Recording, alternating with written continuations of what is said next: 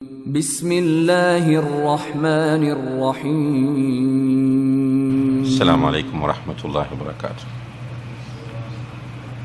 إن الحمد لله نحمده ونستعينه ونستغفره ونعوذ بالله من شرور أنفسنا وسيئات أعمالنا من يهده الله فلا مضل له ومن يضلل فلا هادي له وأشهد أن لا إله إلا الله وحده لا شريك له وأشهد أن محمدا عبده ورسوله أما بعد.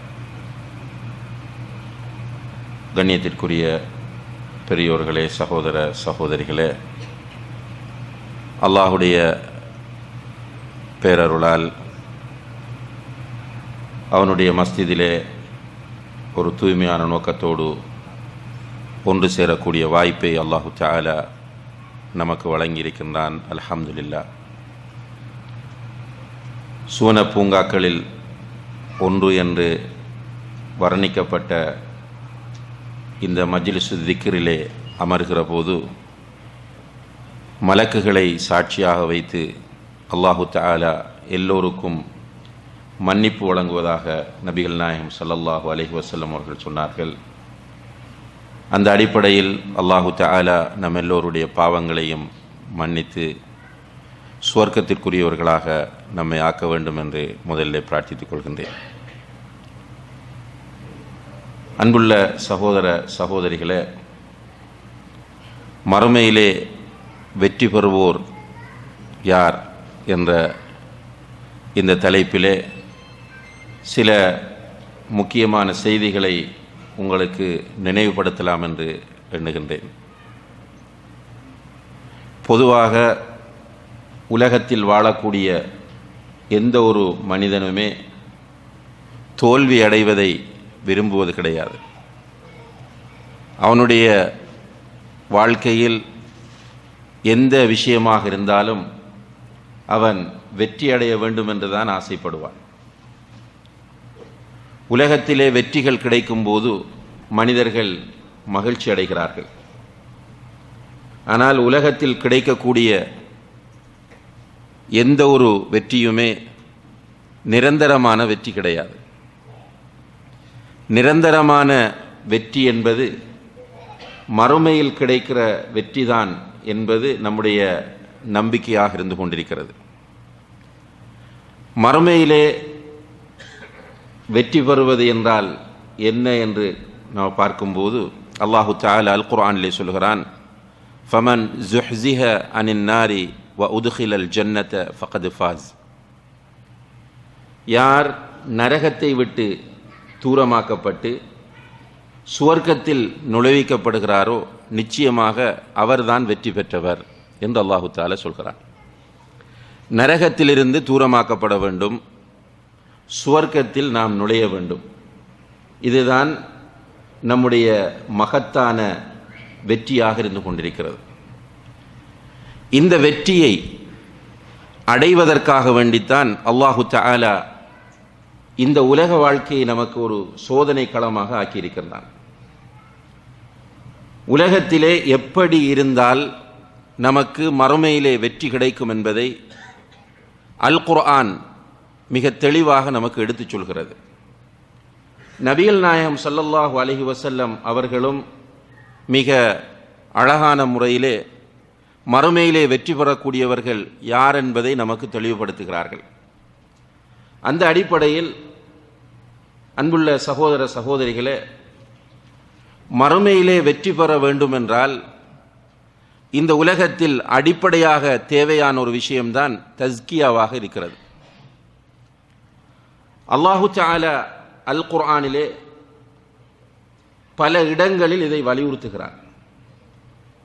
குறிப்பாக சூரத்து ஷம்ஸ் என்ற அத்தியாயத்தில் 11 தடவைகள் தொடர்ச்சியாக சத்தியம் செய்துவிட்டு அல்லாஹு தஆலா கத் அஃப்லஹ மன் ஸக்காஹா, யார் தனது இதயத்தை பரிசுத்தமாக வைத்திருக்கிறாரோ அவர் நிச்சயமாக வெற்றி பெற்றார் என்று அல்லாஹு தஆலா சொல்கிறார். இப்போ 11 தடவைகள் அல்லாஹு தஆலா சத்தியம் செய்து இந்த உண்மையை சொல்லுகிறான் என்றால் இதனுடைய வெயிட்டை நாம் புரிந்து கொள்ள கடமைப்பட்டிருக்கிறோம். அதே போன்று அல்லாஹு தஆலா இன்னும் பல இடங்களிலே قد أفلح من تزكى وذكر اسم ربه فصلى, யார் தன்னுடைய இதயத்தை பரிசுத்தமாக வைத்து அல்லாஹுவை திக்ரு செய்து தொழுகையை நிலைநாட்டுகிறாரோ அவர் நிச்சயமாக வெற்றி பெற்றார் என்று அல்லாஹு தஆலா சொல்கிறார். இப்போ மறுமையிலே வெற்றி பெற வேண்டும் என்றால் மிக முக்கியமான அம்சம் நம்முடைய உள்ளம் பரிசுத்தம் அடைய வேண்டும். அன்புள்ள சகோதர சகோதரிகளே, உள்ளம் பரிசுத்தம் அடைவது எதிலிருந்து என்று நாம் பார்க்கும்போது பல நோய்களை இஸ்லாம் இதயத்து நோய்களாக அடையாளப்படுத்துகிறது. அந்த நோய்களிலிருந்து நம்முடைய இதயம் பரிசுத்தம் அடைய வேண்டும். அப்படி பரிசுத்தம் அடைந்தால்தான் மறுமையிலே வெற்றி அடைய முடியும். அவ்வாறான நோய்களிலே 2 பிரதானமான நோய்களை இமாம் இப்னுல் கையிம் அல் ஜௌசியா ரஹ்மஹுல்லா அவர்கள் அடையாளப்படுத்துகிறார்கள். ஒன்று அஷ்ஷுபஹாத் என்ற நோய்கள், இன்னும் ஒன்று அஷ்ஷஹவாத் என்ற நோய்கள்.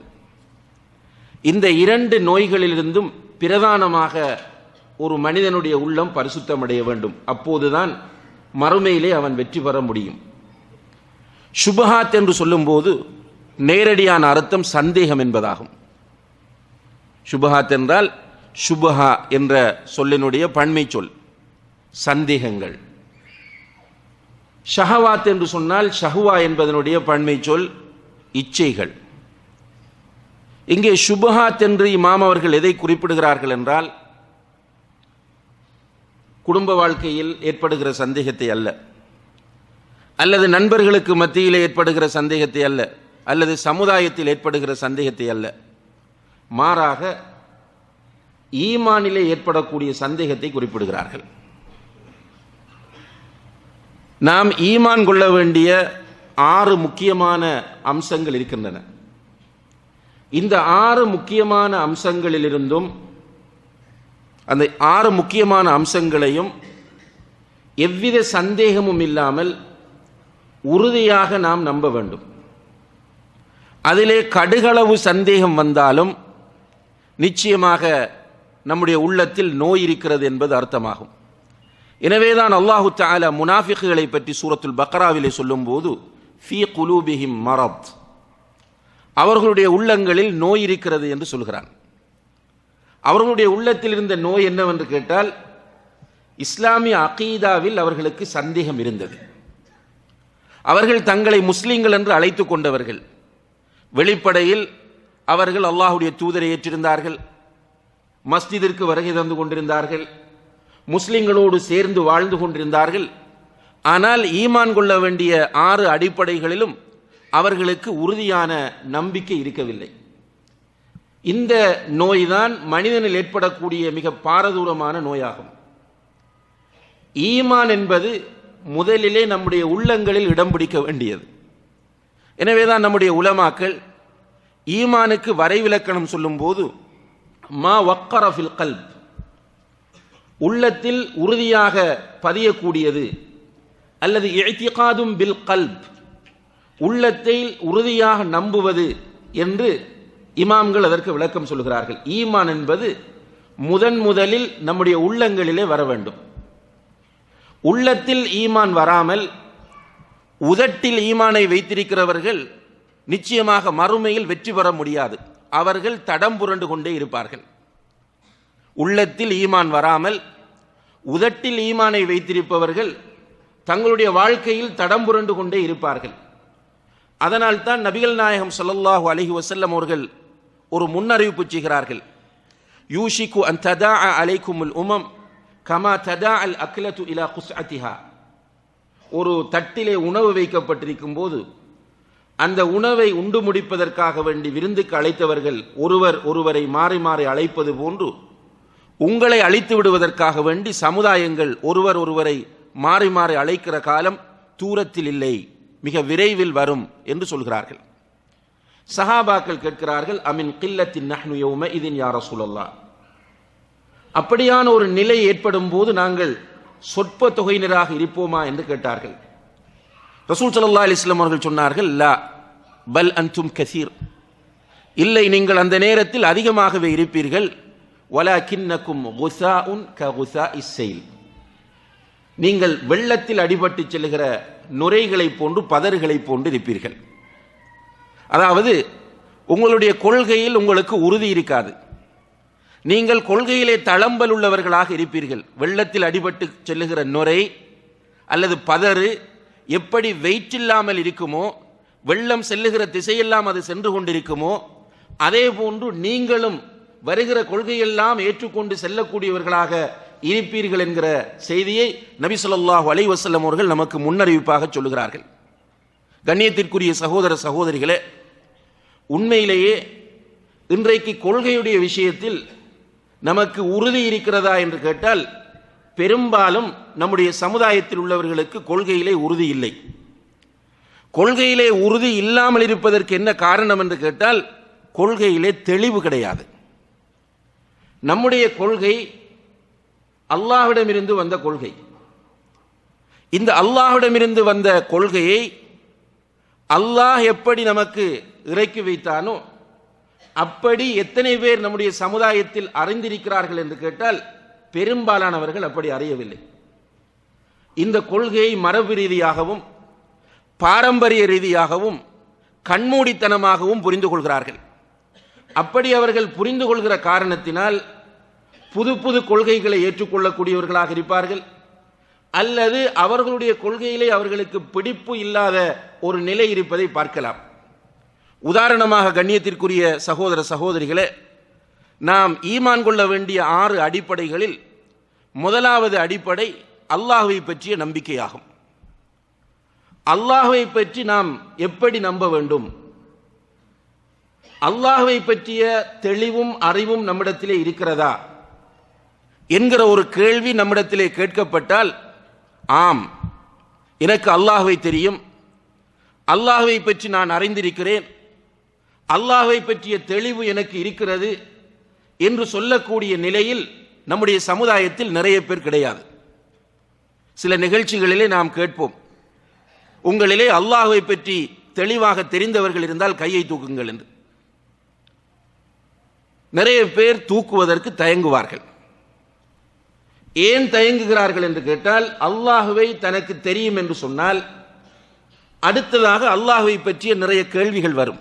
அல்லாஹ்வுடைய பேர் என்ன, அல்லாஹ் எங்கே இருக்கிறான், அல்லாஹ்வுடைய சிஃபாத்துகள் என்ன, அவனுடைய வல்லமைகள் என்ன என்பன போன்ற நிறைய கேள்விகள் அடுக்கடுக்காக வந்து கொண்டிருக்கும்.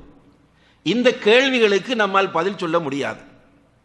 உண்மையிலேயே இன்றைக்கு எல்லோருமே நிறைய பயான்கள் நடத்துகிறோம், நிறைய நிகழ்ச்சிகள் நடத்துகிறோம். ஊரிலெல்லாம் பார்த்தால் மிகப்பெரிய மாநாடுகள் நடைபெறுகின்றன, ஆயிரக்கணக்கானவர்கள் மாநாடுகளிலே கலந்து கொள்கிறார்கள். ஆனால் வாழ்க்கையிலே மாற்றத்தை காணவில்லை என்ற பெரிய ஒரு ஆதங்கம் எல்லோருக்கும் இருந்து கொண்டிருக்கிறது. நீங்கள் சில நிகழ்ச்சிகளை பார்க்கலாம், ஆச்சரியப்பட்டு போகிறோம். நிகழ்ச்சி நடக்கிறது மகரிப் தொழுகைக்கு பிறகு, இஷாவுடைய நேரம் வரும். நேரம் வரும்போது நிகழ்ச்சி ஏற்பாட்டாளர்கள் வந்து சொல்லுவார்கள், இன்ஷா அல்லாஹ் இஷா தொழுகை நிகழ்ச்சி நிறைவிலே பக்கத்தில் இருக்கிற பள்ளிவாசலிலே நடக்கும் என்று சொல்வார்கள். நிகழ்ச்சி நிறைவடையும் போது ஏற்பாட்டாளர்கள் சடங்குக்காக வேண்டி இன்ஷா அல்லாஹ் இஷா தொழுகை இப்போது நடைபெறும் என்று அறிவிப்பார்கள். ஆனால் நிகழ்ச்சி பற்றிய குறிப்பு பத்திரிகையிலே வரும்போது, இணையதளத்திலே வரும்போது 1000 பேர் கலந்து கொண்டார்கள், 5000 பேர் கலந்து கொண்டார்கள், 50000 பேர் கலந்து கொண்டார்கள் என்று பெரிய ஒரு பட்டியல் வரும். அதிலே பெருமையும் வரும். ஆனால் அந்த பெரிய பள்ளியிலே இஷா தொழுகைக்கு எத்தனை பேர் இருந்தார்கள் என்று கேட்கும்போது ஒரு 2 சஃப் 3 சஃப் தான் இஷா தொழுகைக்கு இருந்துவிட்டு செல்கிறார்கள். பேசப்பட்ட தலைப்புகளில் சில நேரங்களில் தொழுகையின் முக்கியத்துவம் என்பதும் ஒரு தலைப்பாக இருக்கும். இப்போ தொழுகையின் முக்கியத்துவத்தை பற்றி பேசுகிறோம், நபி வழியில் தொழுவது எப்படி என்று ஒவ்வொன்றாக தெளிவுபடுத்துகிறோம். யாரெல்லாம் இதற்கு மாற்றமான கருத்தில் இருக்கிறீர்களோ வாருங்கள் உட்கார்ந்து பேசுவோம் அல்லது வாருங்கள் விவாதிப்போம் என்றெல்லாம் அழைக்கிறோம். ஆனால் அந்த பயான் முடிந்த பிறகு இஷா தொழுகையை ஜமாத்தோடு ஒருவர் தொழுதால் அவர் இரவிலே அரைவாசி பகுதி நின்று வணங்கிய நன்மையை பெறுகிறார். அதே நபர் ஃபஜ்ர் தொழுகையும் ஜமாத்தோடு தொழுதால் முழு இரவும் நின்று வணங்கிய நன்மையை பெறுவார் என்ற ஹதீஸை அறிந்திருக்கிற மக்கள் ஏன் அன்று இஷா தொழவில்லை, ஜமாத்தோடு ஏன் தொழவில்லை? வீட்டில் போய் தொழுதோம் என்கிற ஒரு வாதம் இருந்தாலும் ஏன் ஜமாத்தோடு தொழவில்லை? தொழுகையை பற்றி பயான் பண்ணிவிட்டு மிகப்பெரிய ஏற்பாடுகளை எல்லாம் செய்துவிட்டு கடைசியிலே ஃபஜ்ர் தொழுகையை சூரியன் உதிப்பதற்கு கொஞ்ச நேரத்திற்கு முன்னால் எழுந்து வீட்டிலே தொழுகிறோம் என்றால், அல்லது சூரியன் உதித்த பிறகு எழுந்து சர்வ சாதாரணமாக தொழுதுவிட்டு போகிறோம் என்றால் என்ன நிலை? இதற்கு என்ன காரணம்? நாம் ஒவ்வொருவரும் சிந்திக்க வேண்டிய அடிப்படையான ஒரு கேள்வியாக இருந்து கொண்டிருக்கிறது. நிறைய ஏற்பாடு செய்கிற சகோதரர்கள் கவலைப்படுகிறோம். பயான் நடக்கிறது, பெருந்திரளாக வருகிறார்கள், பயானுக்கு நல்ல மதிப்பெண்களும் வழங்குகிறார்கள், நல்ல பயான், சூப்பர் பயான் என்றெல்லாம் சொல்லுகிறார்கள். ஆனால் அதனுடைய முடிவு, அதனுடைய விளைவு என்ன என்று கேட்டால் ஒன்றுமில்லை. இங்குதான் நாம் இஸ்லாமிய அகீதாவினுடைய முக்கியத்துவத்தை சிந்திக்க கடமைப்பட்டிருக்கிறோம். கண்ணியத்திற்குரிய சகோதர சகோதரிகளே, நபிகள் நாயகம் ஸல்லல்லாஹு அலைஹி வஸல்லம் அவர்கள் மக்காவிலே வைத்து தொழச் சொன்னார்களா? மக்காவிலே வைத்து ஹஜ் செய்ய சொன்னார்களா? மக்காவிலே வைத்து நோன்பை கடமையாக்கினார்களா? மக்காவிலே வைத்து பெண்கள் ஹிஜாப் அணிய வேண்டும் என்ற சட்டத்தை வலியுறுத்தினார்களா? மக்காவிலே வைத்து திருமணம் இந்த முறையில் தான் நடைபெற வேண்டும் என்று திருமணத்தினுடைய ருக்குனுகள், ஷர்த்துகள், ஃபர்துகளை சொல்லித் தந்தார்களா? நபிகள் நாயகம் ஸல்லல்லாஹு அலைஹி வஸல்லம் அவர்கள் மக்காவில் வைத்து இஸ்லாமிய சட்டங்கள் எதையும் போதிக்கவில்லை. மக்காவில் பெரும்பாலான பகுதி அவர்கள் இருந்தார்கள், 13 வருடங்கள் இருந்தார்கள். 13 வருடங்களும் அல்லாஹ்வுடைய தூதர் அகீதாவை தான் போதித்தார்கள். அதற்கு பிறகு மதீனாவுக்கு வந்திருந்த 10 வருடங்களில் சட்டங்களை சொல்லுகிறார்கள், பிளஸ் அகீதாவையும் சொல்லுகிறார்கள். இஸ்லாமிய அகீதாவை 23 வருடங்கள் அல்லாஹ்வுடைய தூதர் ஸல்லல்லாஹு அலைஹி வஸல்லம் அவர்கள் போதித்தார்கள். அதிலும் குறிப்பாக மக்காவுடைய காலத்தில் மிக ஸ்ட்ராங்கான முறையிலே இந்த அகீதாவை அவர்கள் பதிவு செய்ததன் விளைவை மதீனாவிலே வந்து பார்த்தார்கள். எப்படி பார்க்கிறார்கள்? மதுபானம் உங்களுக்கு ஹராமாக்கப்பட்டுள்ளது, ஒரே ஒரு செய்தி தான். அந்த செய்தியை கேட்ட மக்கள் வீடுகளிலே சேமித்து வைத்திருந்த மதுபான பீப்பாய்களை கொண்டு வந்து வீதிகளிலே கொட்டுகிறார்கள். இப்போ மதீனத்து வீதிகள் எல்லாம் மது ஆறாக ஓடியது என்று பயான் பண்ணும் போது ஆச்சரியமாக பார்க்கிறோம். எப்படி அவர்களுக்கு முடிந்தது என்றால், அவர்களுக்கு அல்லாஹ் யார் என்றது புரிந்திருந்தது, மறுமை என்றால் என்ன என்பதிலே உறுதியான நம்பிக்கை இருந்தது. எனவே அல்லாஹ் உங்களுக்கு தடை செய்திருக்கிறான் என்று சொல்லும் போது உடனடியாக அல்லாஹுக்கு கட்டுப்படுவதிலே போட்டி போட்டார்கள். அல்லாஹுவை வணங்க வேண்டும், அல்லாஹுவை நெருங்க வேண்டும் என்று நாம் பேசுகிறோம். ஆனால் அல்லாஹுவை வணங்குவதில், அல்லாஹுவை நெருங்குவதில் இன்றைக்கு யதார்த்தமாக நாம் எடுத்து பார்க்கும் போது முனாஃபிக்குகளை பற்றி அல்லாஹ் சொல்லக்கூடிய செய்திகள் நமக்கு ஃபிட்டாகுமா என்று பயப்படக்கூடிய நிலைதான் நம்மிடம் இருக்கிறது. வைதா காமு இல ஸலாத்தி காமு குசாலா, அவர்கள் தொழுகைக்காக வந்தால் சோம்பேறிகளாக வருவார்கள். யுராஊன அன்னாஸ், மக்களுக்கு காட்டுவதற்காக வேண்டியே அதிகமாக அவர்கள் தொழுவார்கள். வலா யஸ்குரூன அல்லாஹ இல்லா கலீலா, அல்லாஹ்வை மிக சொற்பமாகவே அவர்கள் திக்ர் செய்வார்கள் என்று அல்லாஹு தஆலா சொல்லக்கூடிய முனாஃபிக்குகளை போன்று நாம் இருக்கிறோமா என்கிற நிலையில் தான் நம்முடைய இபாதத் செய்கிறவர்களுடைய நிலை இருந்து கொண்டிருக்கிறது. நபிகள் நாயகம் ஸல்லல்லாஹு அலைஹி வஸல்லம் அவர்கள் இரவு முழுக்க நின்று வணங்குவார்கள், கால்கள் வீங்குகிற அளவுக்கு நின்று வணங்குவார்கள் என்று சொல்லும் போது ஆச்சரியப்படுகிறோம். நம்மால் அவ்வளவு தூரம் நின்று வணங்க முடியவில்லை. என்ன காரணம் என்றால், வணக்கத்தை வலியுறுத்துகிறோம், அமல்களின் சிறப்பை சொல்லுகிறோம், அமல்களுக்கு கிடைக்கிற ரிசல்ட்டுகளை சொல்லுகிறோம். ஆனால் யாரை வணங்க வேண்டுமோ அவனை பற்றி சொல்லவில்லை, அல்லாஹ்வை பற்றி உட்கார்ந்து படிக்கவில்லை. சிலர் என்ன செய்கிறார்கள் என்றால், அல்லாஹ்வை பற்றி பேசுவதை பிற்போக்காக கருதுகிறார்கள். ஒரு அறிஞர் என்று நம்முடைய மக்களால் அழைக்கப்படக்கூடிய தமிழகத்திலே உள்ள ஒருவர் மதீனாவுக்கு நாங்கள் படித்துக் கொண்டிருக்கிற நேரத்திலே வருகிறார். வந்துவிட்டு அவர் மஸ்ஜிது நபவியிலே ஒரு வகுப்பிலே உட்கார்ந்திருக்கிறார். உட்கார்ந்தால் அங்குள்ள உலமாக்கள் அல்லாஹுடைய அஸ்மாக்கள், அல்லாஹுடைய சிஃபாத்துகள் என்று பேசுகிறார். இந்த பேச்சை கேட்டுவிட்டு அவர் யூனிவர்சிட்டிக்கு வந்து என்ன சொல்கிறார் என்று கேட்டால், இன்னும் இந்த சவுதி உலமாக்கள் திருந்தவில்லையா? இன்னும் அஸ்மா சிஃபாத் என்று தானே பேசிக் கொண்டிருக்கிறார்கள். இன்னா லில்லாஹி வ இன்னா இலைஹி ராஜிஊன். என்னென்றால், நமக்கு என்ன தேவை? ஆக்ரோஷமாக பேச வேண்டும், உணர்ச்சி வசப்படுத்த வேண்டும், நல்ல சொற்களை பயன்படுத்த வேண்டும், விவாதத்திற்கு அழைக்க வேண்டும். இப்படி செய்தால் மாஷா அல்லாஹ் அவர் ஒரு தரமான தாயி, அவர் ஒரு நல்ல பயான் பண்ணி இருக்கிறார் என்று மதிப்பெண்களை அதிகமாக எல்லோரும் வழங்கிவிட்டு போவோம். மார்க்ஸ் கொடுக்கிற ஒரு நிலையில் தான் பயானுக்கு வந்து போகக்கூடிய நிலையும் பயான் நடத்துவதும் இருந்து கொண்டிருக்கிறது. அன்புள்ள சகோதர சகோதரிகளே, நம்முடைய உள்ளத்தில் ஏற்பட்டிருக்கிற மிகப்பெரிய சுபஹா என்கிற நோய்க்கு இன்னும் நாம் மருந்தை கொடுக்காமல் இருந்து கொண்டிருக்கிறோம். அந்த நோய்க்கு தெளிவான முறையில் மருந்து கொடுக்கப்படுமாக இருந்தால் நாம் கஷ்டப்பட தேவையில்லை. அந்த சஹாபா பெருமக்கள் நம்ம சில விஷயங்களுக்கு சில நியாயங்களை நாமே சொல்லிக் கொள்வோம். என்ன அரபி குதிரை என்றாலும் பிறவி குணம் போகாது, தொட்டில் பழக்கம் சுடுகாடு வரை என்றெல்லாம் நாமே நமக்கு நியாயங்கள் சொல்லுவோம். சஹாபாக்கள் மிக மோசமான பழக்க வழக்கங்களுக்கு அடிக்ட் ஆகி இருந்தவர்கள். ஒருவன் ஒன்றுக்கு அடிக்ட் ஆகிவிட்டால் இருந்து விடுபடுவது கஷ்டம் என்று சொல்லுவார்கள் உளவியலாளர்கள். ஆனால் சஹாபா பெருமக்கள் விட்டார்கள், விட முடிந்தது. விபச்சாரத்திற்கு அடிமையாக இருந்தார்கள், மதுபானத்திற்கு அடிமையாக இருந்தார்கள், சண்டை பிடிப்பதற்கு அடிமையாக இருந்தார்கள். இப்படி ஒவ்வொன்றுக்கும் அடிமையாக இருந்தவர்கள் அதிலிருந்து விடுபட அவர்களால் முடிந்ததற்கு காரணம் அவர்களுடைய உள்ளங்களில் அக்கீதா உறுதியான முறையில் போய் உட்கார்ந்தது. அதற்கேற்ற பிரச்சாரத்தை தான் அல்லாஹ்வுடைய தூதர் ஸல்லல்லாஹு அலைஹி வஸல்லம் அவர்களுக்கு முன்னெடுத்தார்கள்.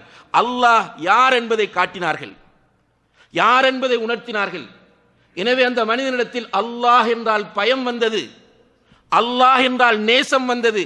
ஒரே நேரத்தில் அவனுக்கு பயம் வருகிறது, அல்லாஹ்வின் மீது அன்பும் வருகிறது. அல்லாஹ்வுடைய தூதர் அப்படி அல்லாஹ்வை அடையாளப்படுத்தினார்கள். இன்றைக்கு மனிதர்களுக்கு பயப்படுகிறோம், சட்டங்களுக்கு பயப்படுகிறோம். இன்றைக்கு நிறைய பேர் நம்ம பார்த்தால் பப்ளிக்ல இருக்கும்போது பயப்படுவோம், மக்களோடு மக்களாக இருக்கும்போது பயப்படுவோம். தனிமையில் ஆகிவிட்டால் அந்த பயம் போய்விடும். சில நேரங்களில் இன்றைக்கு என்ன நடக்கிறது என்றால், ஸ்பெஷலாக இந்த கல்ஃப் கண்ட்ரிகள் எல்லாம் நீங்க பார்க்கலாம், கேமரா பொருத்தப்பட்ட சிக்னல்கள். எவ்வளவு பக்குவமாகவும் பேணுதலாகவும் சட்டங்களை பேணி நடக்கிறோம். ஏனென்றால் அங்கே கேமரா இருக்கிறது, பார்க்கும். நம்மிடத்தில் இயல்பாக பயம் வருகிறது. ரோடுக்கு ஸ்பீட் லிமிட் வைத்திருக்கிறார்கள், ஓடும்போது மனதில் ஒரு பக்குவம் வருகிறது. 100 என்றால் 100க்கு மேல கடைசி வரையும் போக மாட்டார், ஏனென்றால் கேமரா பார்த்து கொண்டிருக்கிறது. இன்னா லில்லாஹி வ இன்னா இலைஹி ராஜிஊன். கடைகளுக்கு போகிறான், சிசிடிவி கேமரா இருக்கிறது, பக்குவமாக இருக்கிறான். ஆபீஸில் இருக்கிறான், சிசிடிவி கேமரா இருக்கிறது, பக்குவமாக இருக்கிறான். ஆனால் இவன் பேசும்போது அல்லாஹ் எல்லாவற்றையும் பார்த்து கொண்டிருக்கிறான் என்று சொல்லுவான், செய்ய வேண்டிய அத்தனையும் செய்வான். என்ன நிலை சகோதரர்களே! நாம் நிதானமாக சிந்திக்க வேண்டிய ஒரு விஷயம் இது. அல்லாஹ் எல்லாவற்றையும் பார்த்து கொண்டிருக்கிறான் என்று சொல்லுகிறான், ஆனால் கேமராவுக்கு பயப்படுகிறான், அல்லாஹுக்கு பயப்படுவதில்லை. ஒரு சின்ன பயம் கூட வருவதில்லை. இரவு 12, 1 மணி வரையும் விழித்திருந்து விட்டு அலாம் கூட வைக்காமல் தூங்குகிறான். ஃபஜ்ர் மிஸ் ஆகி விடுகிறது, எழுந்து சிம்பிளா தொழுதுட்டு உட்கார்ந்துட்டு இருக்கிறான். ஒரு பழக்கத்தில் தொழுகிறான். எவ்வளவு பெரிய ஒரு டென்ஷன் அவனுக்கு வர வேண்டும். தொழுகையை விடுவது என்பது நம்முடைய உலமாக்கள் குஃப்ரா இல்லையா என்று விவாதித்துக் கொண்டிருக்கிறார்கள். வேண்டும் என்றால் அலாம் வைக்காமல் லேட்டாகி தூங்கி சுபஹுக்கு ஒரு நண்பனிடம் என்னை எழுப்பி விடுங்கள் என்று சொல்லாமல் ஒருவன் தூங்கி 6 மணிக்கு 7 மணிக்கு சூரியன் உதித்த பிறகு எழுந்து தொழுகிறான் என்றால் அவன் வேண்டும் என்று தொழுகையை விட்டவன், அதில் மாற்று கருத்து கிடையாது, பிற்படுத்தியவன். இவன் முஸ்லிமா காஃபிரா? நம்முடைய உலமாக்கள் இதிலே கருத்து வேறுபாடு பட்டு கொண்டிருக்கிறார்கள், விவாதித்துக் கொண்டிருக்கிறார்கள். ஆனால் இந்த மனிதனுக்கு நான் இந்த தொழுகையை மிஸ் பண்ணி விட்டேனே ஒரு சின்ன கவலை கூட கிடையாது. சில நேரங்களில் ஏதாவது ஒரு அசிங்கமான ஆபாசத்தை பார்த்துட்டா கூட அவன் சில நேரங்களில் அதை ஃபீல் பண்ணுவான். ஆனால் தொழுகையை விடுகிறான், அது ஒரு ஃபீலிங் இல்லை. என்ன காரணம்? யாருக்கு நான் மாறு செய்திருக்கிறேன் என்ற உணர்வு அவனிடத்தில் வரவில்லை. அவன் மாறு செய்திருப்பது அல்லாஹுக்கு தான் மாறு செய்திருக்கிறான், அது பிரச்சனை இல்லை. ஆபீஸுக்கு கொஞ்சம் லேட் ஆகுது, பதறிட்டு இருப்பான். ஏனென்றால் அங்க மேனேஜருக்கு மாறு செய்ய முடியாது, ரூல்ஸுக்கு மாறு செய்ய முடியாது. கண்ணியத்திற்குரிய சகோதர சகோதரிகளே, இதுதான் இன்றைக்கு நம்முடைய உள்ளங்களில் ஏற்பட்டிருக்கிற மிகப்பெரிய சுபஹா என்கிற நோய்.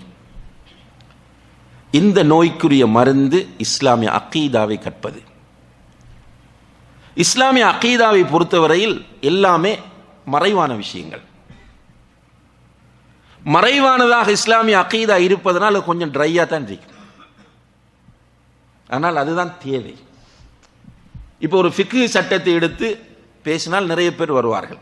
உதாரணமாக இன்றைக்கு ஒரு டாபிக் யாராவது ஒருவர் வந்து இன்றைக்கு சவுதியில் இருக்கக்கூடிய பொருளாதார ரீதியான கொடுக்கல் வாங்கல்கள், இது பற்றிய தெளிவு இன்றைக்கு வழங்கப்படும்னா பெரும் கிரவுட் வரும். வழங்கப்படுத்தும் போது கிரெடிட் கார்டு அல்லது மற்ற டெபிட் கார்டு, ஏனைய பொருளாதார முறைகள், இவைகளை பற்றி பேசும்போது இன்ட்ரெஸ்டாக கேட்டிருப்பாங்க. அதே நேரத்தில் முடிந்தவுடன் கேள்விக்கு மேலே கேள்வி நிறைய வந்து கொண்டே இருக்கும். இன்ட்ரெஸ்டாக எல்லோருமே மிக குறிப்பெல்லாம் எடுத்து பார்த்துட்டு இருப்பாங்க. இஸ்லாமிய அகீதாவை பற்றி பேசி பாருங்க, வந்திருக்கிறதுல முக்காவாசி பேர் தூங்கிட்டு தான் இருப்பாங்க. ஏனென்றால் மறைவானது, ஆனால் அதுதான் அடிப்படையில் தேவையானது. இஸ்லாமிய அகீதா சீராகிவிட்டால் கண்ணியத்திற்குரிய சகோதர சகோதரிகளே, சில நேரங்களில் நம்முடைய அமல்களில் குறைபாடு இருந்தாலும் அல்லாஹ் நம்மை மன்னிப்பான். நம்ம சில பாவங்கள் செய்தாலும் அல்லாஹு தஆலா மன்னிப்பான். ரசூல் ஸல்லல்லாஹு அலைஹி வஸல்லம் அவர்கள் சொல்லுகிற ஹதீஸினுடைய கருத்து, மன் மாத அல தௌஹீதி தஹலல் ஜன்னah, யார் தௌஹீதில் மௌத்தாகிறாரோ அவர் சுவர்க்கம் செல்லுவார். ரசூல் ஸல்லல்லாஹு அலைஹி வஸல்லம் அவர்கள் சொல்கிறார்கள். சஹாபாக்கள் கேட்கிறார்கள், வ இன் ஸனா வ ஸரிக, அவன் விபச்சாரம் செய்தாலும் திருடினாலுமா என்று கேட்டார்கள். ரசூல் ஸல்லல்லாஹு அலைஹி வஸல்லம் அவர்கள் சொன்னார்கள், வ இன் ஸனா வ ஸரக, அவன் விபச்சாரம் செய்தாலும் திருடினாலும் சுவர்க்கம் போவான் என்றார்கள். கண்டிஷன் என்ன? தௌஹீதில் மௌத்தாக வேண்டும். தௌஹீதில் மௌத்தாகிற என்றால் தௌஹீத் ஜமாத்தில் இருந்து மௌத்தாகிறது அல்ல. இன்றைக்கு எல்லாரும் என்ன நினைக்கிறாங்க என்றால், நான் தௌஹீத்வாதி என்று டிக்ளேர் பண்ணிட்டு, நான் தௌஹீத் ஜமாத் என்று டிக்ளேர் பண்ணிட்டு இருந்தால் நான் சுவர்க்கம் போய்விடுவேன். அவங்களும் அப்படியே குத்தகைக்கு எடுத்து வைத்திருக்கிறார்கள், நாங்கள் மாத்திரம்தான் சுவர்க்கம் போகக்கூடியவர்கள் என்று. அதை இங்கே ரசூலுல்லாஹி அலைஹி வஸல்லம் அவர்கள் சொல்லவில்லை. அல்லாஹ்வை சரியாக புரிந்த நிலையில், அன்புள்ள சகோதர சகோதரிகளே, ரசூல் ஸல்லல்லாஹு அலைஹி வஸல்லம் அவர்கள் பனு இஸ்ரவேலர்களுடைய காலத்தில் நடந்த ஒரு சம்பவத்தை பற்றி நமக்கு சொல்லுகிறார்கள். எல்லோருக்கும் தெரிந்த சம்பவம், இந்த இடத்துக்கு தேவையானது. ஒரு மனிதன் பிள்ளைகளை நல்ல முறையில் வளர்க்கிறான். திடீரென ஒரு நாள் பிள்ளைகளை அழைத்து சொல்கிறான், தந்தை என்கிற வகையில் நான் உங்களுக்கு ஏதாவது குறை வைத்திருக்கிறேனா? பிள்ளைகள் இல்லை என்கிறார்கள். உங்களுடைய தந்தைக்காக நீங்கள் எதுவும் செய்வீர்களா? ஆம் என்று சொல்கிறார்கள். அப்படியாக இருந்தால் நான் மரணித்தால் நீங்கள் என்னை எரிக்க வேண்டும். எரித்துவிட்டு என்னுடைய சாம்பலை எடுத்து நீங்கள் ஒரு இடத்திலே போடக்கூடாது, பல இடங்களிலும் நீங்கள் அதை தூவிவிட வேண்டும். இதை நீங்கள் எனக்காக செய்ய வேண்டும் என்று பிள்ளைகளிடத்திலே ஒரு வாய்தா எடுக்கிறார். எடுத்துட்டு அவர் மௌத்தாகிறார். அல்லாஹு தஆலா அவரை எழுப்பி கேட்பான், நீ எதற்காக இப்படி செய்தாய்? அவன் சொல்றான், யா அல்லாஹ், உன்னுடைய தண்டனைக்கு பயத்தில் தான் நான் இவ்வாறு செய்யுமாறு என்னுடைய பிள்ளைகளுக்கு சொன்னேன். உன்னுடைய தண்டனைக்கு நான் பயந்து நம்புகிறான். மற்ற விஷயங்கள் அவனை தெளிவில்லை. அல்லாஹுடைய குத்ரத் மற்ற அம்சங்களில் தெளிவினால் அல்லாஹுடைய தண்டனை என்பதை எவ்வித சந்தேகத்திற்கும் இடமில்லாமல் அவன் நம்புகிறான். உடனே அல்லாஹு தஆலா அவனை சுவர்க்கத்திற்கு அனுப்புகிறான் என்று நபிகள் நாயகம் ஸல்லல்லாஹு அலைஹி வஸல்லம் அவர்கள் சொல்கிறார்கள். அல்லாஹ்வை சரியாக புரிவது, இதனால் தான் அல்லாஹ்வை பற்றிய தெளிவை ஏற்படுத்துவதற்காக நம்முடைய சலஃபு சாலிஹீன்களான உலமாக்கள் அல்லாஹுடைய அஸ்மா அஸ்ஸிஃபாத் என்ற பகுதியை நிறைய பேசியிருக்கிறார்கள். இன்றைக்கு நம்ம எப்படி எடுத்துட்டு போறோம் என்றால், தௌஹீத் 3 வகைப்படும்.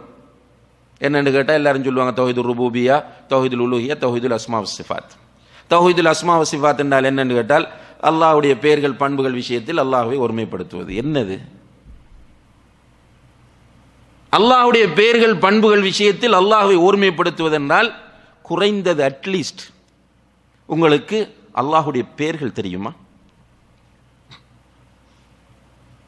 அல்லாஹ்வுடைய பெயர்கள் எத்தனை என்பது தெரியுமா? ரசூல் ஸல்லல்லாஹு அலைஹி வஸல்லம் அவர்கள் சொல்லுகிறார்கள், இன்ன லில்லாஹி 99 இஸ்மன் ஃபமன் அஹ்ஸாஹா தஹலல் ஜன்னah. அல்லாஹ்வுக்கு 99 பெயர்கள் இருக்கின்றன, அதை யார் பொருள் அறிந்து மனப்பாடம் செய்கிறாரோ சுவர்க்கம் செல்லுவார். பொருள் அறிந்து மனப்பாடம் செய்கிறாரோ சுவர்க்கம் செல்லுவார். இப்போ பொருள் அறிந்து மனப்பாடம் செய்வது எத்தனை பேர்? 1000 பேரா? 99, ஜஸ்ட் 99. எத்தனை பேர் பாடம் பொருளோடு? கொஞ்சம் முஹாசபா அடிப்படையில் இந்த கேள்வி நம்ம கேட்டு பார்ப்போம். எத்தனை பேர் இந்த பேரை கண்டுபிடிக்கிறதுக்கு ட்ரை பண்ணினோம்? குர்ஆன் எத்தனை தடவை நம்ம ஓதுறோம்? வசனங்கள் முடியும் போது வகான அல்லாஹு கஃபூரர் ரஹீமா, இன்னஹு கான தவ்வாபர் ரஹீமா, இதெல்லாம் நான் கொஞ்சம் என்னன்னு பார்க்க வேண்டும். எத்தனை பேருக்கு ஆசை வந்துச்சு?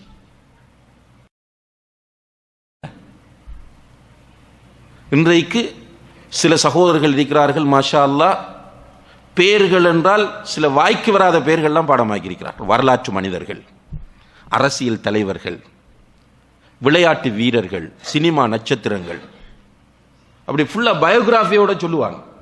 இந்த கிரிக்கெட் வீரர்களுடைய பெயர்கள் எல்லாம் வாய்க்கே வராது. இப்போ ஸ்ரீலங்காவில் உள்ள பெயர்கள் தமிழ்நாட்டு மக்களுக்கு வராது, ஆனால் கேட்டால் எல்லாம் சரியான ப்ரொனன்சியேஷனோட சொல்லுவார்கள். எந்தெந்த டீம்ல எத்தனை பேர் இருக்கிறாங்க, யார் கேப்டன், யார் ஆல்ரவுண்டர், யார் பேட்ஸ்மேன், முழு தகவலும் தெரியும். நடிகர்களை எடுத்துக்கிட்டால் பழைய நடிகர்கள், புதிய நடிகர்கள், நடிகைகள், அவர்கள் யாரை லவ் பண்றாங்க, யாரை கல்யாணம் முடிச்சாங்க, யார் டைவோர்ஸ் பண்ணார், எல்லா தகவலும் தெரியும். அல்லாஹுடைய பேர்கள் 99ல் ஒரு 50 பேரை சொல்லுங்க. யோசிக்கிறோம், பரவாயில்லை, நான் ஒரு 25 பேரை சொல்றேன், அதுக்கு பொருள் சொல்லுங்க. யாரு ரெடி? ரெடி இல்லை. எப்படி சகோதரர்கள் இந்த மனிதன் அல்லாஹுக்கு உண்மையாளனாக இருப்பான்? உணர்ச்சிக்கு அடிமைப்படக்கூடியவன் கொஞ்ச நாளைக்கு நின்று பிடிப்பான், பிறகு அவுட். உணர்ச்சிகரமாக பேசும்போது, அரசியல்வாதி உணர்ச்சி வசப்பட்டு பேசும்போது வாழ்த்து சொல்லவில்லையா, கை உயர்த்தவில்லையா, தக்பீர் சொல்லவில்லையா, அவனுக்கு போய் ஓட் போடவில்லையா? உணர்ச்சி வசப்படுத்தும் போது மனிதனிடத்தில் இயல்பாக அவனிலே ஆத்திஃபியத் என்ற ஒரு உணர்வு இருக்கிறது. உணர்ச்சி வசப்படுதல் என்று உணர்ச்சி வசப்படுவான். சின்ன பிள்ளைகள் ஏதாவது ஒரு பாதிப்புக்குள்ளாகும் போது உணர்ச்சி வசப்படுவான். அது மனிதனிடம் இயல்பாக இருப்பது. எனவே உணர்ச்சி வசப்படுத்தி பேசும்போது அதனால் ஏற்படக்கூடிய ரியாக்ஷன் நிரந்தரமானதல்ல, அது கொஞ்ச நாளில் மாறிடும். அதனால தான் பார்க்குறோம், இப்போ நான் ஏற்கனவே சொன்ன மாதிரி ஹத்தீப் தொழுகையை பற்றி பேசுவார். தொழுகையுடைய முக்கியத்துவத்தை பற்றி பேசும்போது அவர் வருவார். நபிகள் நாயகம் ஸல்லல்லாஹு அலைஹி வஸல்லம் அவர்கள் தன்னுடைய இறுதி காலத்திலே கடுமையாக நோய்வாய்ப்பட்டிருந்தார்கள். அவர்கள் ஒரு மனிதராக இருந்து படுகிற வேதனையை பார்த்து சஹாபாக்கள் ஆச்சரியப்படும் போது, உங்களில் 2 பேர் படுகிற வேதனையை நான் படுகிறேன், கஷ்டப்படுகிறேன் என்று சொன்னார்கள். அப்படி இருக்கும்போது சஹாபாக்கள் வந்து, யா ரசூலல்லாஹ், தொழுகைக்காக உங்களை மக்கள் காத்து கொண்டிருக்கிறார்கள் என்று சொன்னதும் அல்லாஹுடைய தூதர் எழுந்து நின்றார்கள். முடியவில்லை, கீழே விழுந்து விட்டார்கள். 2வது தடவை முயற்சித்தார்கள், முடியவில்லை. 3வது தடவை 2 தோழர்களுடைய தோள்களிலே கைகளை போட்டு கால்கள் இழுபட பள்ளிவாசலுக்கு சென்று உட்கார்ந்து தொழுதார்கள் என்று சொல்லுகிற ஹத்தீப் கண்கலங்குவார், குரல் தடுமாறும். உட்கார்ந்திருக்கிற எல்லோருமே கண்கலங்கி விடுவார்கள்.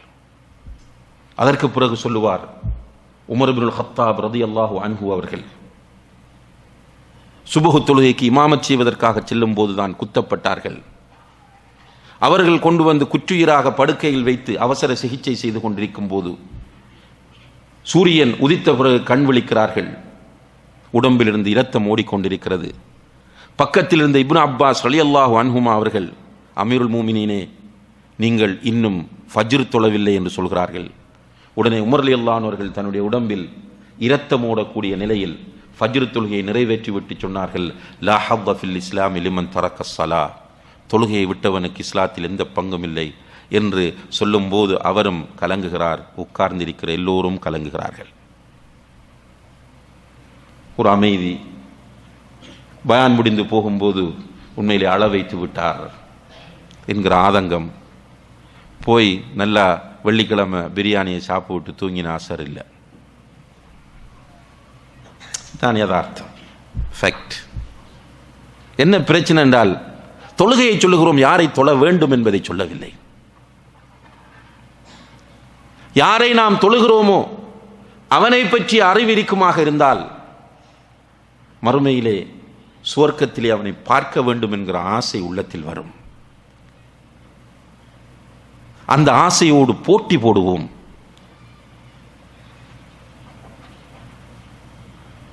அல்லாஹ் யார் என்பதை அறியாத பிரச்சனை தான் இன்றைக்கு அடிப்படை பிரச்சனையாகும். அல்லாஹ்வை நாம் சரியான முறையில் அறிந்து கொள்ள வேண்டும் என்பதற்காக நபிகள் நாயகம் ஸல்லல்லாஹு அலைஹி வஸல்லம் அவர்கள் ஆயத்துல் குர்சியை அதிகமாக ஓதுமாறு நமக்கு தூண்டுகிறார்கள். யார் ஒருவர் ஃபர்தான தொழுகைகளுக்கு பிறகு ஆயத்துல் குர்சியை ஓதுகிறாரோ அவருக்கும் சுவர்க்கத்திற்கும் இடையில் தடையாக இருப்பது எது? மௌத். என்ன கருத்து? மௌத்தானால் சுவர்க்கம். யார் ஒருவர் தூங்கும் போது ஆயத்துல் குர்சியை ஓதிவிட்டு தூங்குகிறாரோ அவருக்கு அல்லாஹுடைய புறத்திலிருந்து ஒரு பாதுகாவலர் இருந்து கொண்டே இருப்பார். காலையாகும் வரைக்கும் அல்லாஹுடைய புறத்திலிருந்து ஒரு பாதுகாவலர். அப்ப எல்லோரும் என்ன ஆசைப்படுவாங்க? தூங்கும்போது ஆயத்துல் குர்சியை ஓதிவிட்டு தூங்க வேண்டும் என்று ஆசைப்படுவார்கள். இவ்வளவு என்கரேஜ் பண்ணாங்க ரசூலுல்லாஹி அலைஹி வஸல்லம். ஓத சொல்லி ஓதுறோம். ஆனால் எத்தனை பேர் இதுவரைக்கும் ஆயத்துல் குர்சிக்குரிய பொருளை பார்த்திருக்கிறோம்? ஆயத்துல் குர்சிக்குரிய பொருளை பார்த்தால் அல்லாஹ் யார் என்பது அழகாக தெரியும். அல்லாஹ் என்று ஆரம்பித்து விட்டு அல்லாஹ்வை பற்றி சொல்கிறான். லா இலாஹ இல்லாஹு. நீங்கள் அவனை மாத்திரமே வணங்க வேண்டும். ஏன் தெரியுமா? லா தஅஹுதுஹு சினத்துன். அந்த அல்லாஹுக்கு சிறு தூக்கம் வராது. வலா நௌம், தூக்கம் வராது. அல்லாஹுக்கு சிறு தூக்கமும் இல்லை, தூக்கமும் இல்லை. லா தஅஹுதுஹு சினத்துன் வலா நௌம். அந்த அல்லாஹ்வை மாத்திரமே நீங்கள் வணங்க வேண்டும். அல்லாஹு லா இலாஹ இல்லா ஹுவல் ஹய்யுல் கய்யூம். முதல்ல அவன் அல் ஹை அல் கய்யூம், உயிரோடு இருப்பவன். அவனுக்கு மௌத்தே கிடையாது. அவன் நிலையாக இருப்பவன், யார் பாலும் தேவையற்றவன். அவனுக்கு சிறு தூக்கமும் கிடையாது, தூக்கமும் கிடையாது. லஹு மா ஃபிஸ் ஸமாவாதி வ மா ஃபில் அர்த். இந்த வானத்தில் உள்ளவைகள் பூமியில் உள்ளவைகள் எல்லாம் அல்லாஹ்வுக்குரியவை. இந்த உலகத்தில் யாருக்கும் அதில் உரிமை கிடையாது. மந்தல்லதி யஷ்ஃபஉ இன்தஹு இல்லா பிஇذنஹி. மறுமையிலே அல்லாஹ் தஆலா தான் மலிக்காக வரப்போகிறான். மாலிக் யௌமித்தீன். அவனிடம் போய் யார் பரிந்து பேசுவதற்கு சக்தி பெறுவார்கள்? இப்படி அல்லாஹ்வை பற்றி அல்லாஹ் சொல்லிக்கொண்டே வருகிறான். முடிக்கும் போது வஹுவல் அலி, அவன் உயர்ந்தவன், அதீம், அவன் மகத்தானவன். இந்த ஆயத்துல் குர்சியை ஒரு மனிதன் சரியான முறையில் உட்கார்ந்து யோசிப்பானாக இருந்தால் அவனிடத்தில் அல்லாஹ்வை பற்றிய தெளிவு வரும். அல்லாஹ் ஒருவன் இருக்கிறான், அதிலே சந்தேகம் இல்லை. அல்லாஹ் இப்படிப்பட்ட பண்புகளை உடையவனாக இருக்கிறான், அதிலே எனக்கு சந்தேகம் கிடையாது என்று ஒரு மனிதன் அல்லாஹ்வை புரிந்து கொள்ள வேண்டும். அல்லாஹ்வை அப்படி புரிந்து கொண்ட பிறகு அவன் மறுமை நாளை ஏனே ஈமான் கொள்ள வேண்டிய விஷயங்களை எல்லாம் உறுதியாக நம்ப வேண்டும். இப்போ நம்ம நிறைய பேர் நிறைய தவறுகள் செய்வோம். யாரும் பார்த்து கொண்டு இருந்தால் அந்த தவறை செய்ய மாட்டோம். என்ன பார்த்துட்டு இருக்கிறாங்க. அதே டைமில் ரசூலுல்லாஹி அலைஹி வஸல்லம் அவர்கள் சொல்கிறார்கள், உங்களோடு ஒரு மலக் இருக்கிறார், உங்களோடு ஒரு ஷைத்தானும் இருக்கிறான், உங்களோடு ஒரு மலக்கும் இருக்கிறார். எத்தனை பேர் ஃபீல் பண்றோம்? ஒரு தப்பு செய்ய போகும்போது மலக் என்னோடு இருக்கிறார் என்ற அந்த ஃபீலிங் எத்தனை பேருக்கு வருது என்றால் பெரும்பாலும் இல்லை. ஏனென்றால் அந்த சப்ஜெக்டை நம்ம பேசுறதில்ல. மலக்குகளை பற்றி சும்மா தகவல் மற்றும் தேர்த்து கொண்டு செல்வோமே தவிர மலக்குகள் நாம் எவ்வாறு அவர்களை ஈமான் கொள்ள வேண்டும் என்ற விஷயத்தில் நமக்கு டவுட் இருக்கிறது. மறுமையில நமக்கு டவுட் இருக்கிறது. மறுமையில நம்பிக்கை இருந்திருந்தால் சஹாபாக்களை போன்று அந்த சுவர்க்கத்திற்காக எதுவும் செய்ய ரெடியா இருப்போம். ரசூலுல்லாஹி அலைஹி வஸல்லம் அவர்கள் சிம்பிளா தான் சொல்லுவாங்க, கத்தியெல்லாம் சொல்ல மாட்டாங்க. அன்தர்துக்கும் முன்னார், என்ன நடந்துச்சு, உங்களுக்கு நரகத்தை எச்சரிக்கை செய்கிறேன் என்று சொல்கிறார்கள். பள்ளிக்குள் உள்ளவங்களாம் அழுதுட்டு நிற்கிறாங்க. கூமு இலா ஜன்னத்தின் அர்துஹ ஸமாவாத்து வல் அர்த், வானங்களையும் பூமியையும் விட விசாலமான சுவர்க்கத்தின்பால் எழுந்து செல்லுங்கள். என்ன நடந்துச்சு? உமைர் இப்னு ஹமாம் ரலியல்லாஹு அன்ஹு கையில உள்ள அந்த பேரிச்சம்பழங்கள்லாம் தூக்கி எறிஞ்சிட்டு போய் ஷஹீதாக்கப்படுறார். மன் ஜஹஸ ஜைஷல் உஸ்ரதி ஃபலஹுல் ஜன்னா, யார் இந்த கஷ்டமான நேரத்தில் செல்லக்கூடிய படையை தயார் செய்கிறாரோ அவருக்கு சுவர்க்கம். என்ன நடக்குது? போட்டி போட்டு கொண்டாந்து குவிக்கிறாங்க. வீட்டில் எது தேவைன்றதை யோசிக்கல, அவங்க பிள்ளைகளுக்கு என்ன தேவைன்றதை யோசிக்கல. ஃபர்ஸ்டா உஸ்மான் ரலியல்லாஹு அன்ஹு வீட்டுக்குள்ள போய் அள்ளிட்டு வார ஒரு பொட்டலத்தில் என்ன தள்ளிட்டு வந்தார் தெரியுமா? தங்க காசு.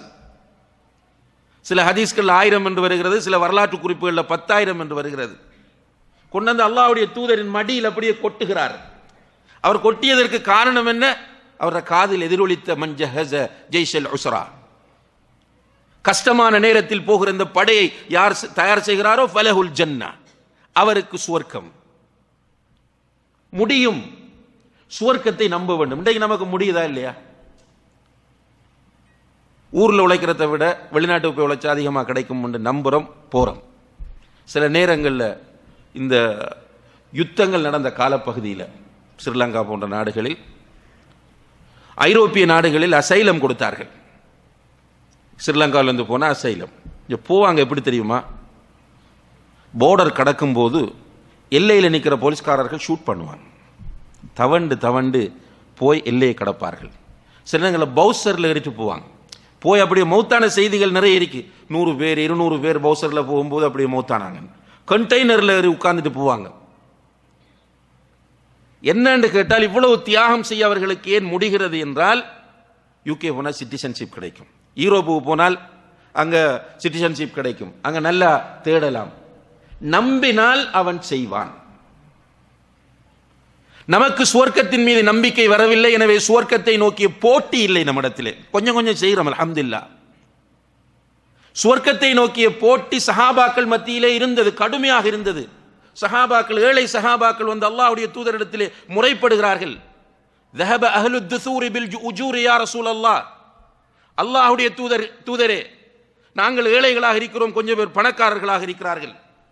அந்த பணக்காரர்கள் யுஸல்லூன கமா நுஸல்லி, நாங்கள் தொழுவது போன்று அவர்களும் தொழுகிறார்கள். வயசூமூன கமா நஸூம், நாங்கள் நோன்பு நோட்பது போன்று அவர்களும் நோன்பு நோட்கிறார்கள். வயதஸத்தகூன பிஃபுதூலி அம்வாலிஹிம், அதே நேரத்தில் அவர்களுக்கு அல்லாஹ் கொடுத்திருக்கிற நிறைய காசை கொண்டவர்கள் தர்மம் செய்து சுவர்க்கத்திற்கு முந்திக் கொள்கிறார்கள். எங்களுக்கு அந்த பாக்கியம் இல்லை என்று சண்டை பிடிக்கிறார்கள். அல்லாஹ்வுடைய தூதர் அதற்குரிய வழி அவர்களுக்கு காண்பித்தார்கள். ஆனால் இங்கே என்ன முக்கியம் என்றால், அவர்களிடம் ஏற்பட்ட அந்த உணர்வு, சுவர்க்கத்திற்காக அவர்களிடத்தில் ஏற்பட்ட போட்டி. பெண்கள் வருகிறார்கள், யா ரசூலல்லாஹ், நீங்கள் ஆண்களை மாத்திரம்தான் ஜிஹாதுக்கு அழைத்துச் செல்கிறீர்கள், அங்கே போனால் அவர்கள் ஷஹீதாகிறார்கள், டிரெக்டாக சுவர்க்கம் போகிறார்கள், எங்களுக்கு அந்த பாக்கியம் இல்லையே. ரசூலுல்லாஹி அலைஹி வஸல்லம் அவர்களுக்கு சொல்கிறார்கள், உங்களுக்கு ஜிஹாத் இருக்கிறதானால் அது சண்டை இல்லை, அந்த ஜிஹாதிலே சண்டை இல்லை, அதுதான் ஹஜ் என்று சொன்னார்கள். இங்கே நம்ம எதை பார்க்கிறோம் என்றால், சுவர்க்கத்தை நோக்கிய பயணத்தில் ஏற்பட்ட போட்டி. அந்த போட்டி நம்பினால் வரும்.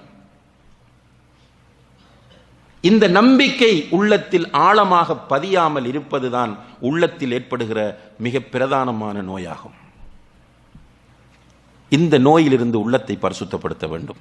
அதான் கத் அஃப்லஹ மன் தஸக்கா அல்லது கத் அஃப்லஹ மன் ஸக்காஹா என்ற குர்ஆன் வசனங்கள் சொல்லுகிற செய்தி. அடுத்த நோய் ஷஹவாத் என்கிற நோய். அகீதா சீராகிவிட்டால் ஷஹவாத் என்கிற நோய் ஆட்டோமேட்டிக்காக போய்விடும். அகீதா சீராகிவிட்டால் அந்த மனிதன் தன்னை ஒரு பணிவான மனிதனாக அவன் நினைப்பான். இமாம் இப்னுல் கைம் அல் ஜௌஸிய்யா ரஹ்மஹுல்லாஹ் அவர்கள் சொல்கிறார்கள், ஒரு முஃமின் ஒரு நெற்கதிர் போன்றவர். நெற்கதிர் ஆரம்ப கட்டத்தில் நிமிர்ந்து நிற்கும், ஆனால் அதுக்குள்ள ஒன்றும் இல்லை. நெல்லை நீங்கள் எடுத்துட்டீங்க என்றால் ஃபர்ஸ்ட் கட்டத்தில் நிமிர்ந்து நிற்கும்.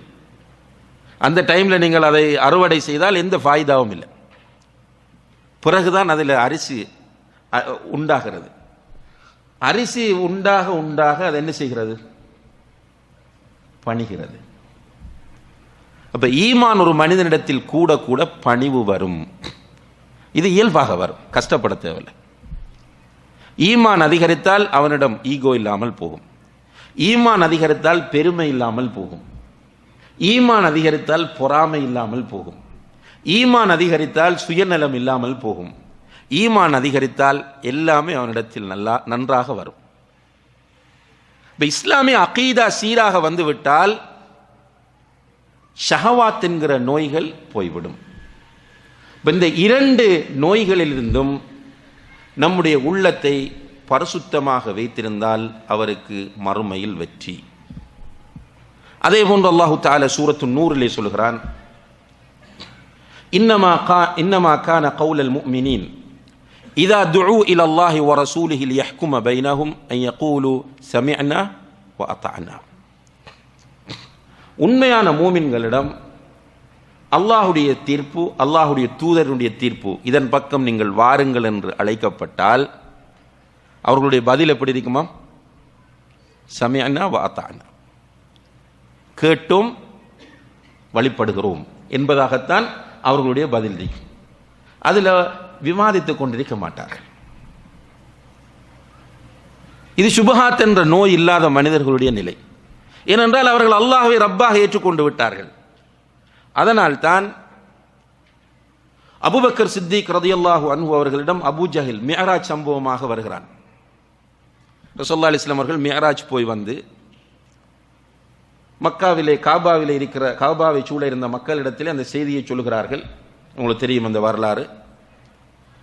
சொல்லும்போது அபூ ஜஹில் இந்த செய்தியை எடுத்துக்கொண்டு உடனே அபூபக்கர் ரலியல்லாஹு அன்ஹு அவர்களை தேடி ஓடுகிறான். என்றால் அபூபக்கர் ரலியல்லாஹு அன்ஹு அவர்கள் முக்கியமான மனிதர். அவர் பின்வாங்கிவிட்டால் நிறைய பேர் பின்வாங்குவார்கள். இதனுடைய கணிப்பு.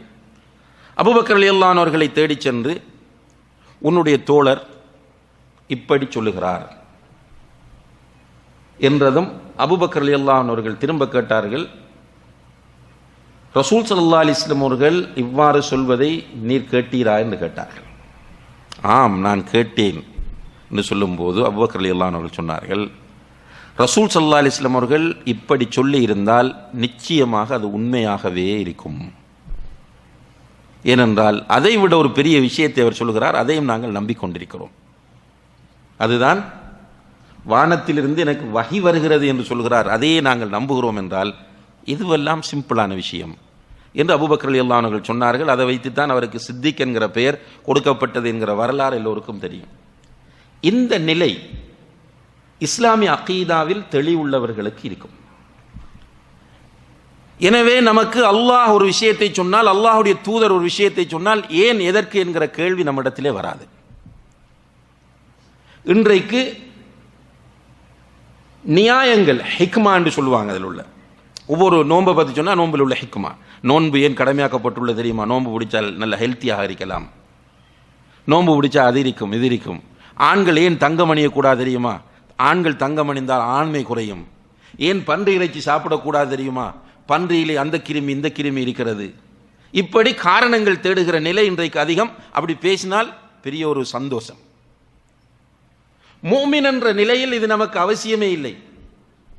ரசூல் ஸல்லல்லாஹு அலைஹி வஸல்லம் அவர்கள் வந்து சொல்லுகிறார்கள், இதா வலஅல் கல்பு ஃபீ இனாஇ அஹதிக்கும் ஃபக்ஸிலூஹு சப்அன். உங்களுடைய பாத்திரத்தில் நாய் வாய் வைத்து விட்டால் 7 முறை கழுவுங்கள், ஒரு தடவை மண் கலந்து கழுவுங்கள். இவன் உடனே என்ன பண்ணுவான்? நாய் வாய் வைத்து விட்டால் 7 முறை கழுவுவான், ஒரு முறை மண் தேய்ச்சி கழுவுவான். ஏன் எதுக்குன்ற கேள்வி அவனிடத்தில் வராது. ரசூல் ஸல்லல்லாஹு அலைஹி வஸல்லம் அவர்கள் எதை சொன்னாலும் அதை அப்படியே அவன் எடுத்துக்கொள்வான். அவனிடத்தில் ஏன் எதற்கு என்ற கேள்வி வராது. இதைத்தான் உலமாக்கள் தஅப்புதி என்று சொல்வார்கள். இது எந்த கண்ணோட்டத்தில் பார்க்க வேண்டும் என்றால் தஅப்புதி. ரசூலுல்லாஹி அலைஹி வஸல்லம் அவர்கள் நமக்கு ஹலாலான உணவுகளை தின்றால் ஒது முறியாது என்று சொன்னார்கள். ஒட்டகக்கறி சாப்பிட்டால் ஒது முறியும் என்று சொன்னார்கள். இவன் ஒட்டகக்கறி சாப்பிட்டால் ஒது முறிப்பான், அதுக்கு பிறகு ஒது செய்வான். ஏன் ஒட்டக இறைச்சி சாப்பிட்டால் மாத்திரம் ஒது முறியும்? இந்த ஆய்வு அவனுக்கு அவசியம் இல்லை. அவனுக்கு என்ன தேவை என்றால், அல்லாஹ்வுடைய தூதர் ஸல்லல்லாஹு அலைஹி வஸல்லம் அவர்கள் சொல்லி இருக்கிறார்களா, கட்டுப்படுவேன். இது அகீதாவில் உள்ள சுபஹாத் நீங்கிவிட்டால் அந்த மனிதனிடத்தில் இயல்பாக வரும்.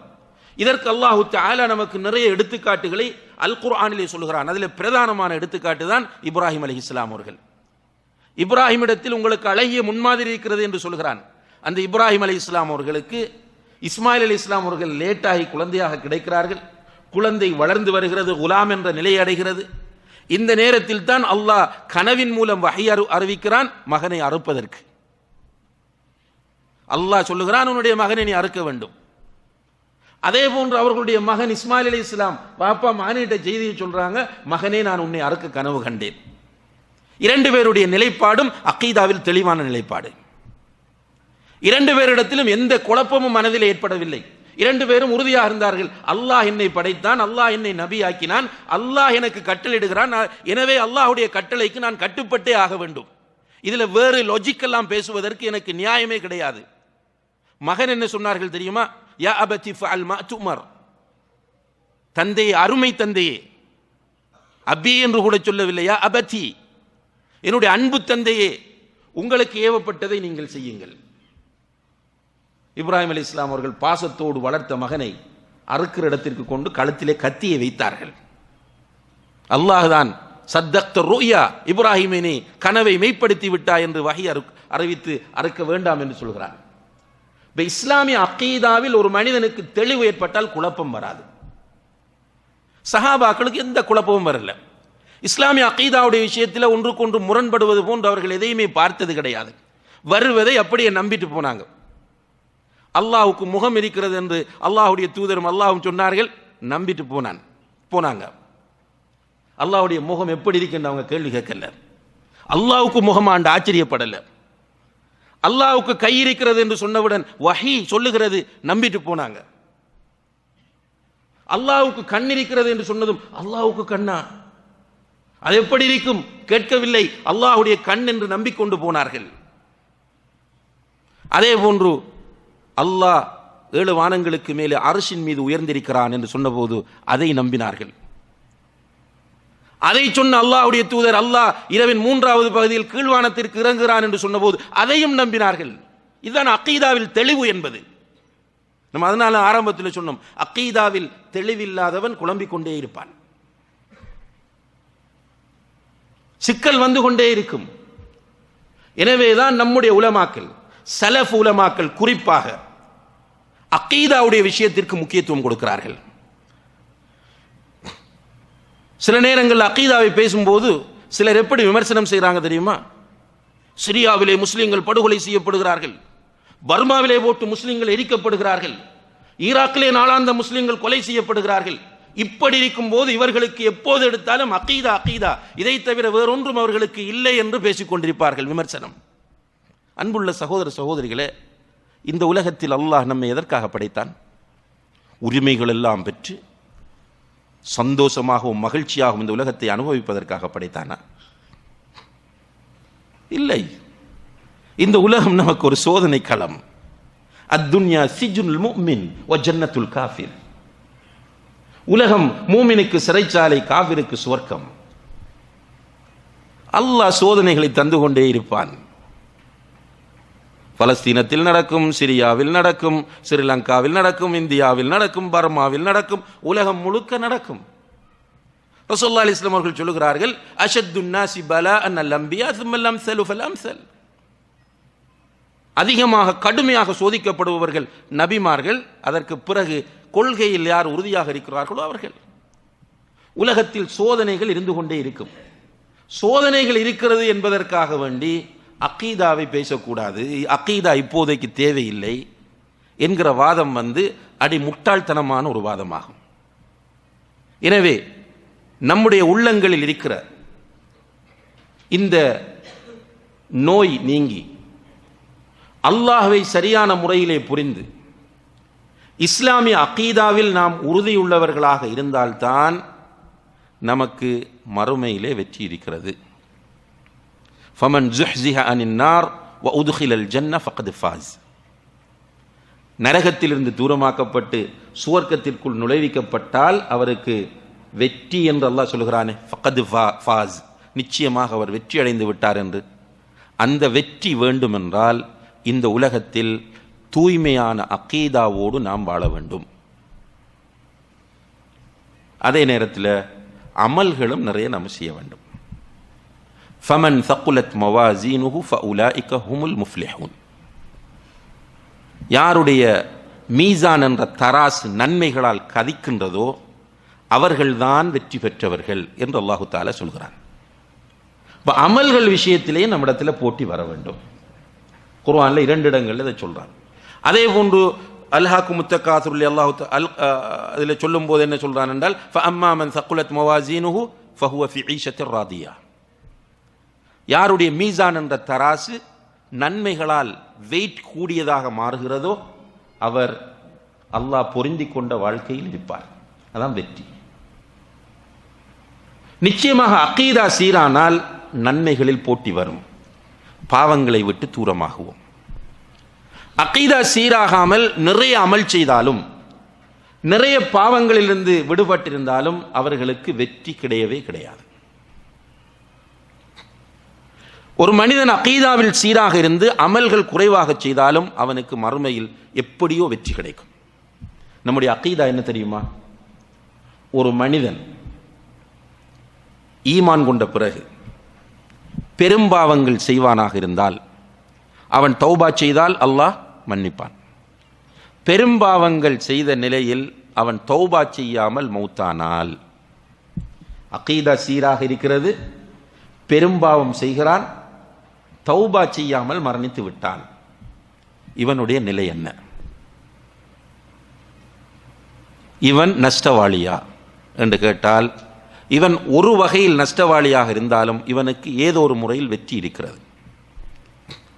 நம்முடைய கொள்கை என்னவென்றால், இவன் மறுமையிலே வந்து நிற்கும் போது அல்லாஹு தஆலா ஒரே அடியாக இவனை மன்னித்து சொர்க்கம் அனுப்பிவிடலாம். நரகத்துக்கு போடாமல் தௌபா செய்யல்ல, அல்லாஹுடைய அன்பினால் கருணையினால் அவனை மன்னித்து சொர்க்கத்திற்கு அனுப்பிவிடலாம். அல்லாஹு தஆலா இவனை தண்டிக்க வேண்டும் என்று நாடினால் நரகத்தில் போட்டு தண்டித்து விட்டு சொர்க்கத்திற்கு அனுப்புவான். முக்கியமான விஷயம். இன்றைக்கு மக்கள் இந்த பகுதியை தான் பேசிக் கொண்டிருக்கிறாங்க, அடிப்படையான பகுதியை விட்டு விட்டார்கள். ஆனால் உண்மையிலே ஒரு மனிதனுடைய அகீதா சீராகிவிட்டால் ஒரு பாவம் செய்தால் அவனால் தூங்க முடியாது. இப்னு மஸ்ஊத் ரலியல்லாஹு அன்ஹு அவர்கள் சொல்லக்கூடிய செய்தி சஹீஹ் புகாரியிலே பதிவு செய்யப்பட்டிருக்கிறது. ஒரு முஃமின் பாவம் செய்தால் அவனுடைய உணர்வு எப்படி இருக்கும்? ஒரு உயரமான இடத்திலே ஒரு பெரிய பாறாங்கல் இருக்கிறது, அந்த கல் எந்த நேரத்திலும் விழலாம் என்ற நிலையில் இருக்கிறது. விழுந்தால் எந்த இடத்தில் விழுமோ அந்த இடத்தில் ஒரு மனிதன் நிறுத்தப்பட்டிருக்கிறான். அந்த மனிதனுடைய ஃபீலிங் எப்படி இருக்கும்? டென்ஷனாகவே இருக்கும். அதே போன்றுதான் ஒரு முஃமின் பாவம் செய்தால் அவனுடைய ஃபீலிங்ஸ் இருக்கும். இதுக்கு சஹாபாக்களுடைய வாழ்க்கையில் நிறைய எடுத்துக்காட்டுகள் நீங்கள் பார்க்கலாம்.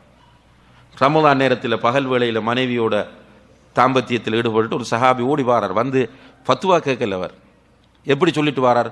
ஹலக்து யா ரசூலல்லாஹ், அல்லாஹ்வுடைய தூதரை நான் அழிஞ்சிட்டேன்னு வாரார். அழிந்து விட்டேன். அந்த ஈமான் அப்படித்தான் சொல்ல தூண்டும். காமிதியா என்கிற கோத்திரத்து பெண்மணி அல்லாஹ்வுடைய தூதரிடத்தில் அவ்வளவு சஹாபாக்கள் இருக்கும்போது எப்படி வந்தாங்க? தஹிர்னி யா ரசூலல்லாஹ், அல்லாஹ்வுடைய தூதரை என்னை பரிசுத்தப்படுத்துங்கள் என்று வருகிறார்கள். மாயிஸ் இப்னு மாலிக் ரலியல்லாஹு அன்ஹு அப்படித்தான் ஓடி வந்தார்கள். ரசூலுல்லாஹி அலைஹி வஸல்லம் திரும்பி போவார், கொஞ்ச தூரம் போயிட்டு திரும்ப வருவார். திரும்ப சொல்லுவாங்க, நீ அந்த பெண்ணோடு தனிமையில் இருந்திருப்பாய், போ தௌபாச்சு. போயிட்டு திரும்ப வருவார். என்ன போக விடாது ஈமான். அப்போ ஒரு மனிதனுடைய ஈமான் சீராக்கப்பட வேண்டும். நாம் நம்முடைய உள்ளத்தில் ஏற்பட்டிருக்கிற இந்த சுபஹா என்கிற நோய்க்குரிய மருந்தை தேட வேண்டும். அதற்கான முயற்சிகளை செய்ய வேண்டும். அதற்காக கஷ்டப்பட வேண்டும். ஏனென்றால் கண்ணியத்திற்குரிய சகோதர சகோதரிகளே, நம்முடைய வெற்றி என்பது இந்த உலகத்தில் உள்ள வெற்றி கிடையாது. உண்மையான வெற்றி மறுமையில் கிடைக்கிற வெற்றி தான். எனவே அல்லாஹு தஆலா மறுமையில் வெற்றி பெற்ற கூட்டத்தில் நம் அனைவரையும் சேர்த்தருள வேண்டும். அதற்காக நாம் பாடுபட வேண்டும். அல்லாஹு தஆலா தௌஃபீக் செய்ய வேண்டும் என்று பிரார்த்தித்து விடைபெறுகிறேன். வ ஆகிரு தஅவானா அனில் ஹம்துலில்லாஹி ரப்பில் ஆலமீன். வஸ்ஸலாமு அலைக்கும் வரஹ்மத்துல்லாஹி வபரகாத்துஹு.